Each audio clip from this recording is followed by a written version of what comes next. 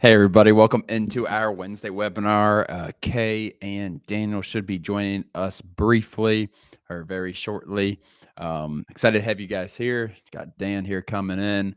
Kay, let me know when you get that camera figured out, and we'll get you up here as well. But happy to have everybody here today, Dan, and looking forward to this. Yeah, welcome in, guys. Excited to get to it. I got a live Q&A today, right, Ron? That's what it is? Yeah, Q&A. I want to go over some market selection stuff with Kay, talk about some marketing stuff with Kay. I think Kay's been in the business. I don't know. She can tell us when she gets up here. Kay's been in the business a couple years, I think. An unbelievable success thus far. Some cool strategy. So excited to get into it with her and just go over with everybody. 100%, guys. Welcome in. Excited to be here. Let people trickle in here for the next couple minutes. Text go out. Let me make sure. I got mine, I think. What's going on, Philip? Ryan? Philip was the guest last week, right? Correct. Yeah, Philip was up last week. Help me out. Let's see. Kay, can you hear us? Yeah, I can hear you okay. Can you hear me? Yeah, just can't see you. Oh, okay. So we got one thing done. Okay. That's how it goes, One step at a time. Awesome, guys. As you guys are coming in, if you guys have questions, any questions for us, any questions for Kay, you guys have seen Kay on the podcast before, wealth of knowledge, everything like that. But yeah, as you guys come in, if you have questions, put them in the chat. We'll definitely get to them. But excited to be here today, guys. I just want to give it a few minutes as people trickling in here. How's Alabama? Nick, what's up? Philip, what's up? Thanks for coming up last week. Why did this show up on my phone? Do you market to farmland? We'll get to those here, John. Welcome in, guys. Excited to be here again. Seems like a lot of people starting to trickle in. Kay's working on her camera, it looks like. Any update on that, Kay? Let's see. Ryan, I'm gonna welcome jump in.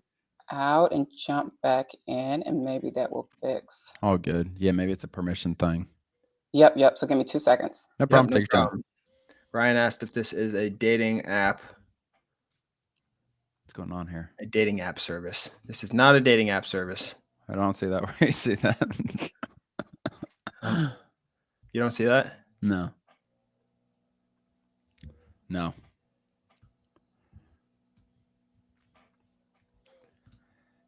We'll get to all these questions. Adrian, John, Cleophas, Nick. Let's see if Kay got that. There she is. There she is. How you doing, Kay? We are in business. How are you doing? Good. How are you guys? Doing well. Good. Excited to have you here. Okay. How's everything been, Kay, since last time we talked? You're probably on the podcast a couple months ago. Maybe it was more. I don't know. I'm not good with time. But how's everything been? Everything has been good. Learning every day, going through the emotional roller coaster of this business. So yeah, everything has been good though, and in a positive, up and to the right direction. That's where you want to be. Exactly. Learning everything like that. That's important. How many deals are you doing right now per month, Kay, in terms of like going under contract versus closing? What are you doing right now? I have to look. I know I just looked at our dashboard to see we're at pipeline credit. We're at a little bit over 700K right now. We have 130K of that is closing the next few weeks here, which is very exciting. Mm-hmm. So I have to do the numbers on that, but we're averaging a lot more per deal now than when I first started. So that has kind of been, in the beginning, it was just like get volume, which is good, I think, when you're new, because you get to learn and make mistakes and all of that good stuff. I look at some of the deals that we did, the end of last year. I would probably never touch them now, but they were great learning experiences, and we made something off of them, right? Yeah. So I think we've transitioned, we've just been refining to have better quality deals that don't take so much of our effort and time. So that's what we've been kind of. Is that your number one focus? Is that your number one focus? Just going after bigger deals, essentially, or anything else you guys are working on the business that's kind of a change from last time we spoke? No, honestly, I'm starting to. I don't want to call it project based, but I'm learning like when you hear you get in this business and you're like, okay, I want to go and flip land, right? You buy it one market and you turn around and put it, on the market again. I'm finding that taking a little bit of time in between and doing a little bit of project work, not doing development, but getting the perk test done, maybe adding a gravel driveway, spending a little bit of money and getting it cleared. Those small things, they end up paying off when it's time to dispo, and you can sell them a lot quicker, right? We're getting our money back a lot quicker. So Yeah. I like doing and talking to the customer too and telling them those things has really helped us, not coming in as like an investor, but more as like a partner with them, as hey, we are like a project-based company and we're coming in and we can give you as is, or you can work with us and we will get it to highest market value, and we'll pay for everything. We'll do all the work. You don't want to do it. And we're going to, get all of our money back from that plus our fee, right? And then you get the rest. And that may come to 70-30 or whatever it may be, but being really transparent in that way and saying, hey, I'm adding value. You didn't want to do all this stuff to your land. You haven't even seen it. It seems to really help with the double close side of things, which we've been loving to do, to be honest. Is that like what percentage of double closes are you doing versus most of them? Most of them are double closes. So you're improving double closes. Yeah, like all Very the three cool. closing. That's $130,000 worth, and that's just 3 deals. So they're all double closes. That's a good approach for a double close, from, like you said, just talking to the seller essentially and discussing how you're going to improve it to make it, close to market value. You're going to put in the work. You're going to do all of it. And then how does that work on the negotiation side? You don't give them a percent. How does that work? You give them a flat rate then, like we're buying it for $100,000. I know some people I've talked to have done almost like some sort of partnership and profit split with the deal. But that's more, I guess, base by base. So we negotiated in the beginning as if it were a double close period. And that's usually like a 70-30 type of thing. Where we may give them, offer them 60 to 70% of market value on it. Yeah. And they really don't care after that. As long as they get that number anchored in their head, they really don't care about the rest. Like we even called the seller and gave her an update. We're like, hey, we're under contract. We got a buyer. We're closing this date and we're going to close with you on this date. And they're like, okay, great. That's awesome. So just really being super transparent, to be honest with you. That's awesome. I like that. Yeah. That makes a lot of sense. It's good for my acquisition manager. She feels much better delivering that kind of communication because it just removes the sleaziness or the it removes all of that out of it, to be honest with you. Like we're providing value. Yeah. 100%. Yeah. That's huge value there. How long you been in this business, Kay? Remind me how long you've been in this. September 1 is when I really considered myself starting. So September 1 of last year. 6 months ago. Mm-hmm. Yeah, it's crazy. Talk about that a little bit, Kay, your growth in just 6 months, because you've it sounds like I'm talking to someone who's been doing this since they were a newborn. Just talk about like your growth over the 6 months in terms of, you talked about like you were doing, now you're doing a lot bigger deals. Your deal size is way bigger. Just talk about your growth and kind of your mindset when you came in. Yeah, I kind of had a burn the boats mindset. Like I ran a business that provided a certain lifestyle for me for years. And so going into corporate just wasn't really an option, to be completely honest with you. So this was like, it was a requirement to work, basically. And I think when you can set your mind up or a goal and say, there's no other choice, you kind of like focus in on that and you make it work. And you continuously refine, what you're doing. And I think that's exactly what we're doing in the business. It was a volume thing at first. I think when we first spoke, it was like, $2.53 million by the end of 2025. Totally doable. It absolutely is doable. Yeah. But how hard do you want to work for that? How big of a team do you want to manage for that? How much of, your free time do you want to give up for that?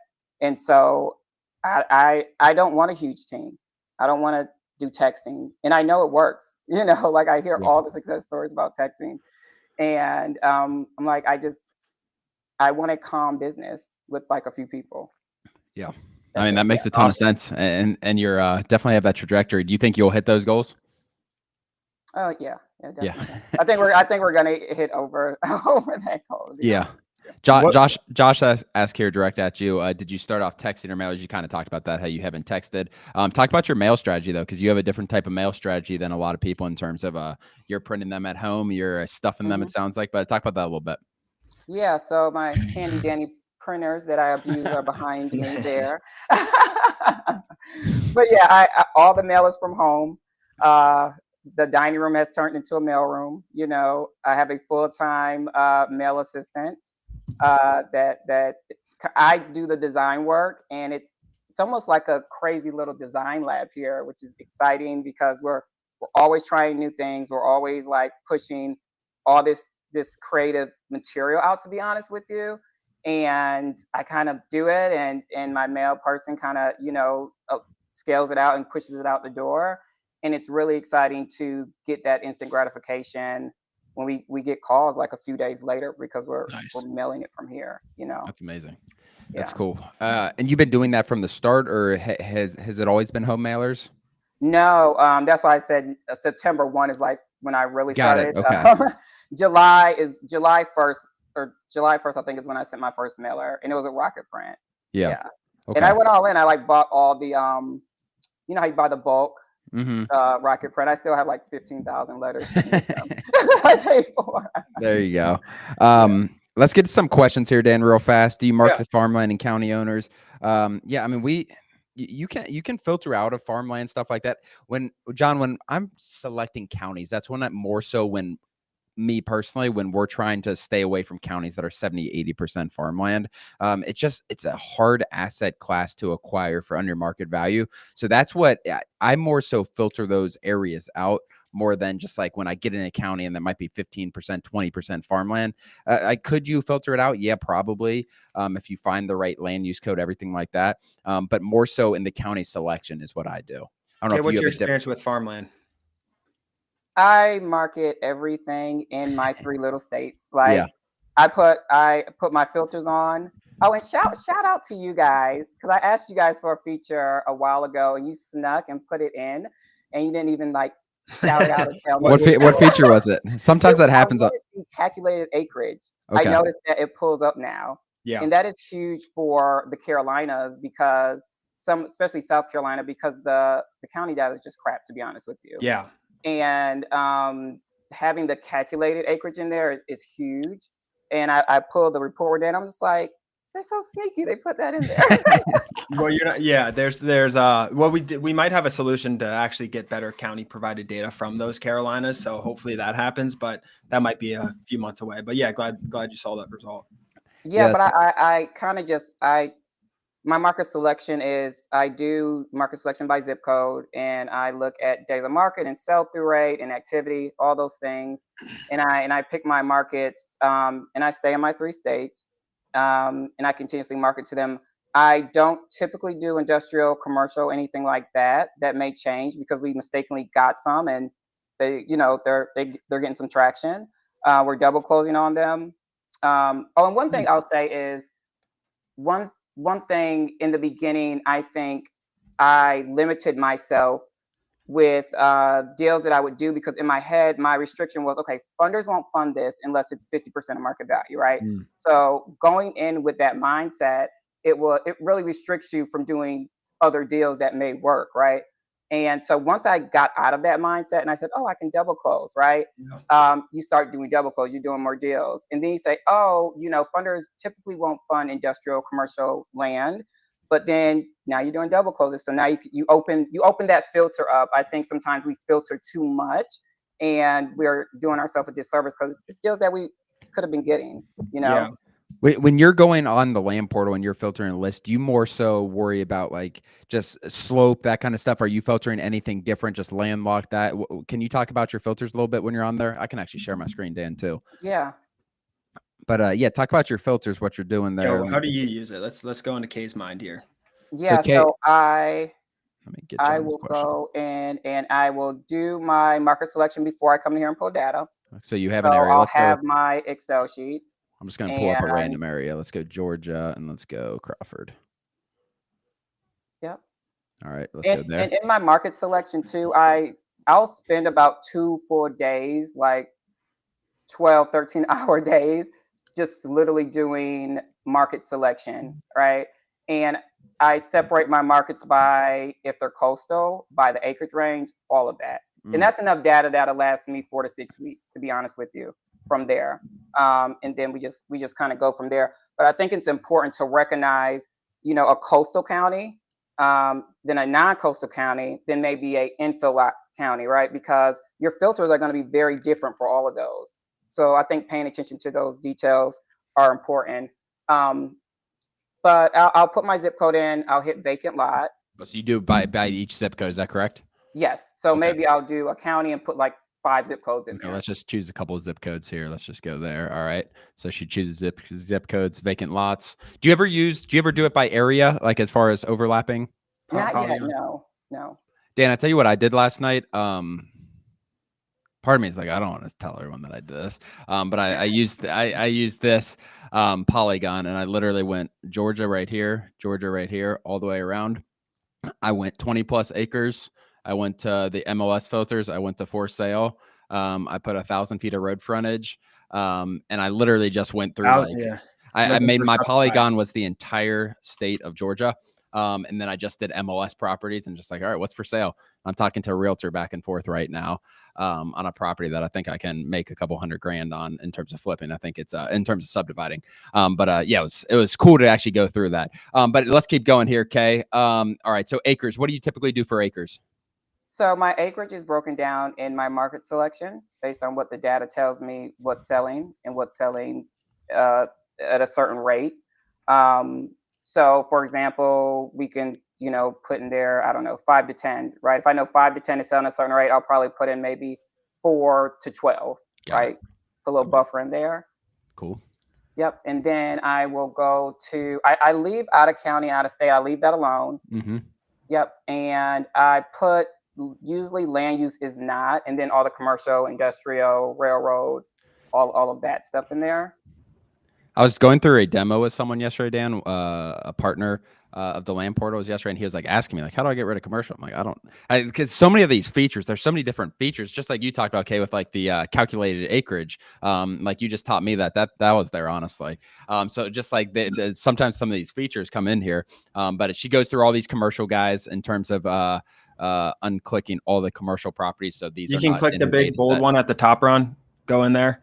This? No, go back in there. Yeah. Click the bold. Yeah, no, it'll select all of them. Oh, that's incredible. Okay, Kay knows that too. Okay, so we have all those selected. Anything with slope, anything with last sales date? Yeah, so last sales date, I like the 2022. I like to stay around there. And that's on this side, right? So on the other side, yep, on that side. Yep. Include unknown sales date. Okay. Yep, unknown slope. Sales date. Slope, I like to have 50% less than 15. Yes. Okay, that makes sense. And we can go over this, guys. There's a free trial in the description if you guys are interested in getting the software. We're gonna end up getting a list here. Landlocked, no, I assume, right? Correct. Yes. No landlocked. Any road frontage when you're going. Let's just stay on this 4 to 12 acres range. I do 60. Okay. FEMA wetlands. Depending on the acreage range, with this acreage range, I would probably do 30 and 30. All right. So this is basically just as we go through these. Sloped is basically half of our property cannot be severe sloped. So half of our property, we don't want more than, or Kay doesn't want half of that. Landlocked, this means it has some road frontage. We really don't need to put this on. If we're doing road frontage, at least 60 feet of road frontage. Maximum amount of the property that can be in FEMA or wetlands is 30%. Anything else down here, Kay? And just a note on the FEMA and the wetlands. If I'm doing a coastal county, I'll leave it 0 in the FEMA category. Because it can be they're building in floods. Yeah, there's value there. Yep. That's 100%. That's a good idea. But anything else in there? No. I it depends on how I'm feeling about the corporate owned stuff. Mm-hmm. Most of the time I'll say I do not corporate owned, to be honest with you. Do you scrub your list here at all with the at the bottom with the go down with the exclude any words like LLC or anything like that? I just put no corporate owned.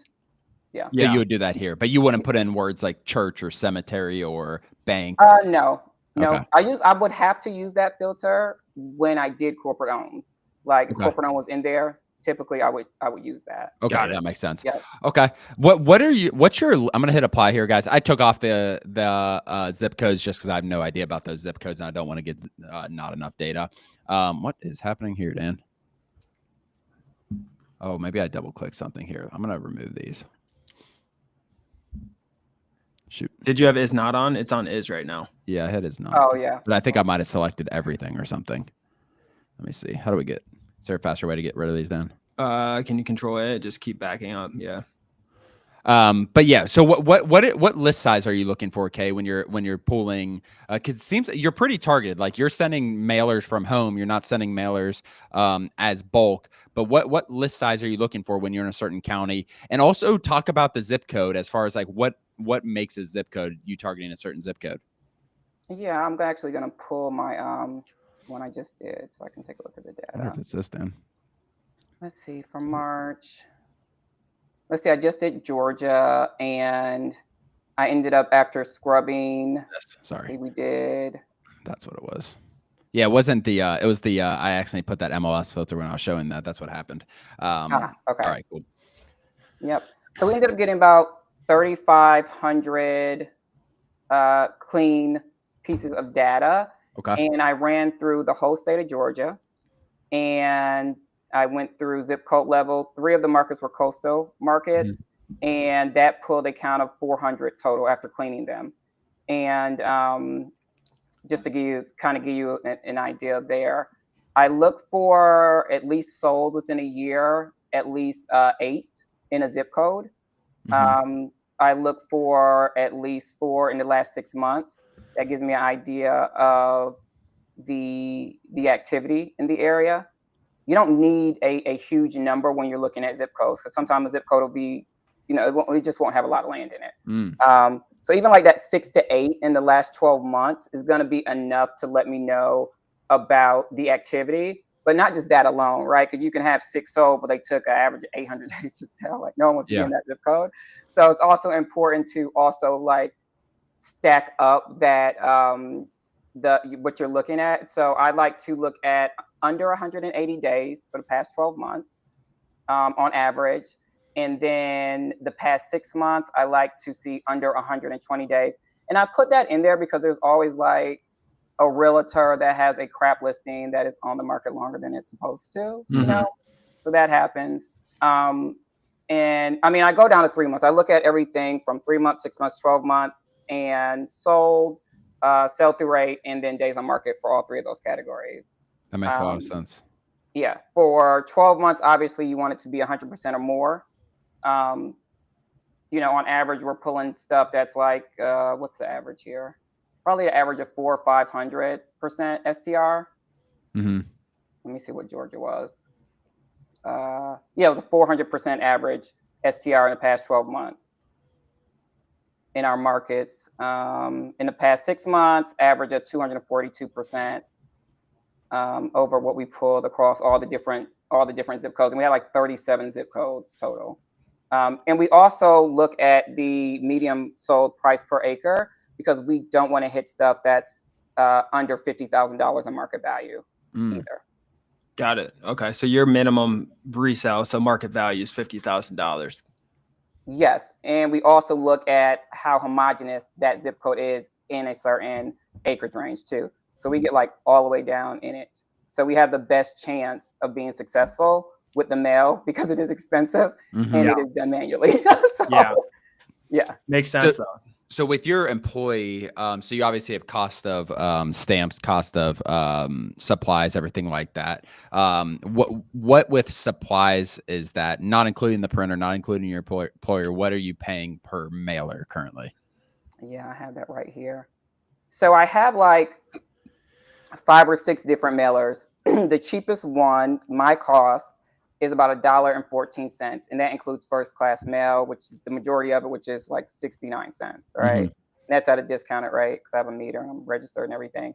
The most expensive piece of mail that I send out at cost is $3.77. Holy! And that is for stuff over, $300,000. Extremely clean data, extremely targeted. Like when we get the addresses and we run them, I also run them through another system, and it tells me if it's vacant. It tells me if it's accurate. So a lot of times you'll pull county data, and maybe if it's the word is Cook Street, somebody in the county put, instead of O's, they put zeros, right? So that's going to get a return piece of mail. And I know you just won't know that. Yeah. And so we run all of our addresses through something that checks all that information, lets us know if it's vacant or not, lets us know if it's missing an apartment number or it's formatted incorrectly. All of those things. Like the post office, they like to read all capital letters, right? So we format everything in how they like to read it. Like, wow. So because we spend so much time and money on our mail, we like to make sure everything is dialed in, including like the addresses, everything, to try to we even skip trace. If we come back and the list is like, these addresses are not correct, we'll spend money and skip trace those particular addresses to try to find the most accurate address for that person. So we do spend some time on the back end, but it makes up for it on the front end because the most of the calls we get in, they are extremely qualified, in the land most of the time is what we want to buy. There's a lot of work on the front end in terms of getting that list. You said you spent a ton of time on county selection, which is really interesting and cool. And then you just have a much more targeted list. So you kind of understand, hey, I'm spending more money per mailer, but if I'm getting more deals per mailer at scale, the business works out really, really well in your favor. So that makes a ton of sense. Let's get through a couple of these questions, Dan. As we finish up, we have a few more minutes. Philip, can you bring that to the members call if you don't mind? Can you do this from Canada? CT, you can do this from anywhere. We have people in Australia doing this Canada is easier because there's not a time zone thing. You don't have to worry about making calls in the middle of the night to sellers or anything like that. You're in the same time zone. There's some other with bank setup and other LLC stuff. There's some hurdles, I guess, to start, but overall, doing this outside of the country. Yeah, there's a lot of people in Canada for sure. Especially when they're the same time zone, it's not a big hurdle. Can these methods be applied to buying land in upstate New York? My dream is to be able to buy a piece of land in upstate New York. As far as what Kay's talking about, I assume that's when this question was asked. It can be used anywhere. It's I don't know exactly. And obviously Kay does deals in Georgia. I don't know exactly her other markets. But yeah, I mean, these strategies, reaching out to people to buy their land, to buy their property. It doesn't matter what their property is.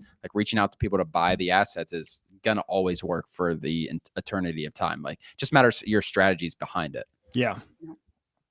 Let me see if we got anything else there, Dan. Here's a good one here for Kay. Kay, what does your double close timeframes look like? 60, 90, 120 days to close. What are you doing? Since you're doing improvements, I was curious about that as well. Yeah, so we by default put 90 days, and we put 90 business days on our contracts. So that's really a lot longer. And our sellers don't bark at that at all, especially because we're explaining what we're doing, to be honest with you. And we work in the same markets all the time. So putting together those little project teams is what I call them, is as we do this gets easier and quicker for us, to be honest with you. So that really helps. Maybe 45 days to get all that stuff done, maybe, to be honest with you. It's another thing we're doing. I was really excited today. I was up till 5 a.m. last night. I didn't get much sleep.